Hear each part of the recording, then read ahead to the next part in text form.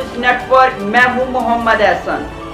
साहिवाल से executive director Prince Altaf Hussain की report के मुताबिक अपेक्स मार्केटिंग के चेयरमैन चौधरी इरफान अली ने कहा है कि हमारा इदारा अवामी खिदमात में अल्हम्दुलिल्लाह गामजन है।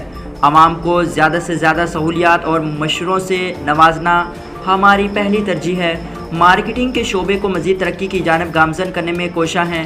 इंशाल्लाह इसके बेहतरीन नताइज बरामद होंगे। अपेक्स मार्केटिंग प्राइवेट कंपनी से आवाम मुस्तफ़िद हो रही है। ये बात चेयरमैन चौधरी इरफान अली ने मीडिया से गुफ्तगू करते हुए की।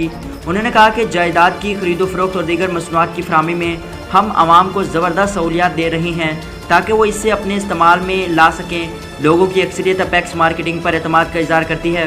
उन्होंने कहा कि अपेक्स मार्केटिंग आवाम में अल्हम्दुलिल्लाह यकसा मकबूल है, जिसका कोई सानी नहीं। उन्होंने मज़ीद कहा कि आवाम को ऑनलाइन की सहूलत भी दी गई है जिससे वो भरपूर फ़ायदा उठा सकते हैं। इस मौके पर शहरियों ने अपेक्स मार्केटिंग के लिए नेक तमन्नाओं का इज़हार किया और चौधरी इरफान अली को नेक ख्वाहिशात का भी पैगाम दिया।